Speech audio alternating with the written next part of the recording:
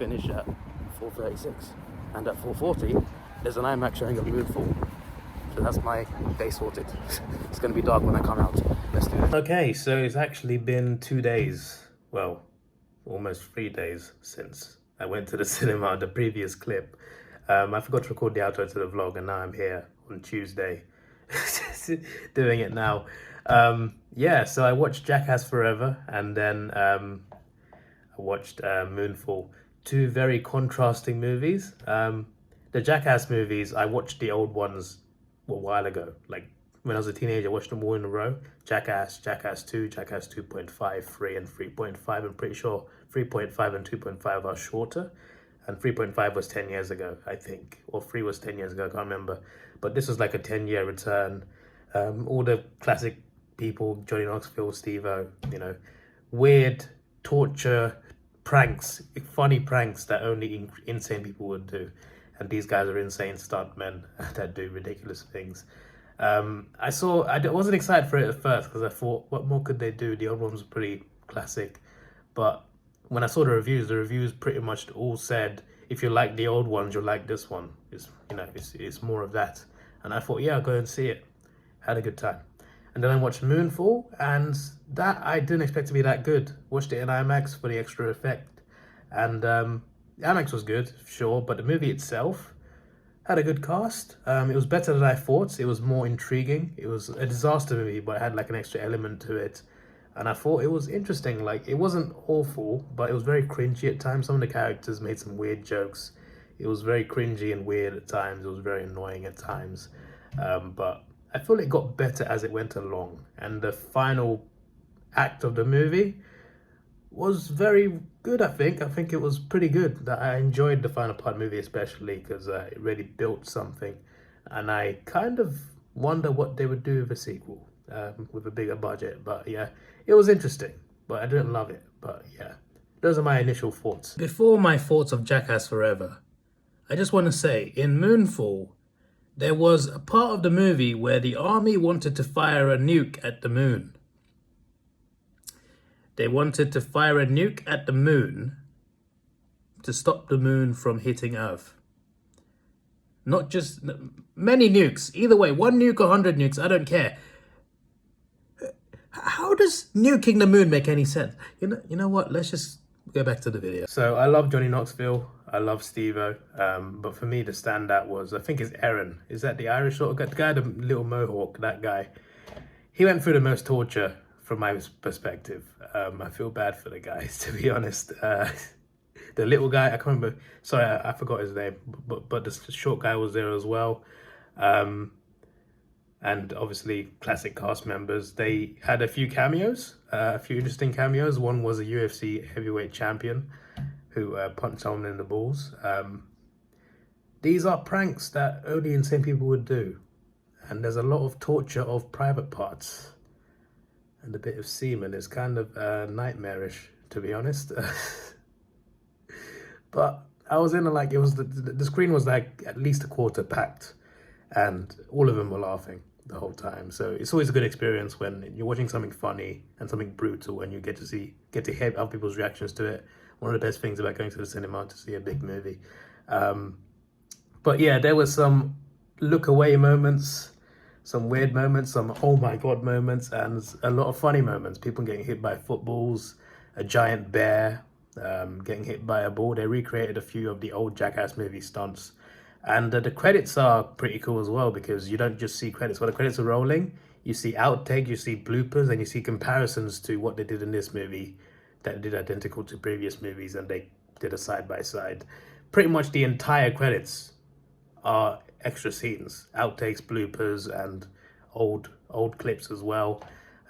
Basically like a big old tribute. And by the time those scenes are over, the credits are done as well, like 5 seconds later. So yeah, like the whole time I had a good time, a good fun 90 minutes. And if you can withstand some of the things, if you can withstand people's private parts being punched, kicked and trod on, and people drinking pig semen, maybe this is the movie for you. These aren't the only pranks in there. There's some other funnier pranks. some pranks you can watch more, but most of it's pain. Getting shot out of a chair, getting shot out of a cannon into the sea, being locked in a room pitch black with a rattlesnake. Yeah, there's a lot of weird things. Getting stung on the lip by a scorpion. A woman did that. I don't know. I don't know. How do these people agree to these things? It's just funny, but yeah. Come on, what's the main guy's name? I think it's Jeff. The guy is the director who like sits behind a wall telling him what to do on headphones. That guy, he was there. Tyler, the creator, was in this. There was an electric chair part. Obviously, I can't really spoil this movie really. Just, you know, it's just a bunch of pranks, but you got to see it to believe it. These were some crazy things, and you know, after 10 years, they came back a lot older, and they can still withstand all these things. Although one guy genuinely got knocked out. Like he would have, like in the old Jackass movies when he was younger, he would have survived easily. But there was one instance where one of the main guys just gets knocked out by an animal, just knocked out. Like he looked dead. He looked dead. But yeah, I really enjoyed it, and I'm considering if they do a box set or something, I'd get a Blu-ray box set of all of them now. I want to rewatch the old ones on my TV now after I've seen that new one. And I want to get a new one on Blu-ray. Like, it was too funny, man. Not as much to say about Moonfall. It starred Patrick... What's his name? Who plays King Orm from Aquaman? Aquaman's brother. What's his name? I've forgotten his name. He's a good actor as well. Him and Halle Berry were in this movie. Good cast. And yeah, basically, something hits the moon and it changes the moon's orbit, and the moon's getting closer to Earth. So humans are going to find a way to get the moon back into orbit before it breaks apart and crashes into Earth, killing everyone. And there's already problems because it's causing floods and everything because the moon's so close to Earth now. And there's a lot of disasters happening, a lot of people dying, more volcanoes erupting. Triggers a lot of things just from the moon being closer. It's pretty scary. So yeah, they're running out of time. They got to figure out a way to try and stop the moon, try and get it back into orbit. How? Well, there is another element in this movie. I'm not going to say what it is because it's spoilers, but there is another element in this movie that makes it more interesting. Otherwise, it'd just be another silly disaster movie, like a potential apocalypse, like The Day After Tomorrow, for example. But there was an added element to it that I found very interesting, because in some ways it connects to real life, and you know, in terms of like, I don't want to say what it is, but it's just interesting to me. Not something that would actually happen, but in other ways something similar could happen. Not in terms of like something hitting the moon. I mean, like there's another element where something happens and it's like, oh, what if this happened in real life? It could happen. I can't really, it would make sense if I told you what it was, but that would be spoiling it. But yeah, this element was interesting, and it made it interesting, and the final battle was interesting to see, especially in IMAX. So yeah, it was intriguing. It wasn't as bad as I thought it was going to be. So yeah, this is why I give movies a chance. But I didn't love it. I just thought it was pretty good. So if I was to rate them, Jackass Forever would be a 9.2. Really enjoyed it. Moonfall would be like a 7.5. I quite liked it.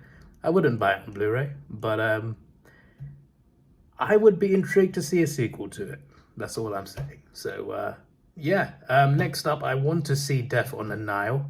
The trailers have convinced me. I want to go and see that. It's like I think it's a whodunit type of movie, but a bit more serious tone than like something like Knives Out. I love Knives Out, by the way.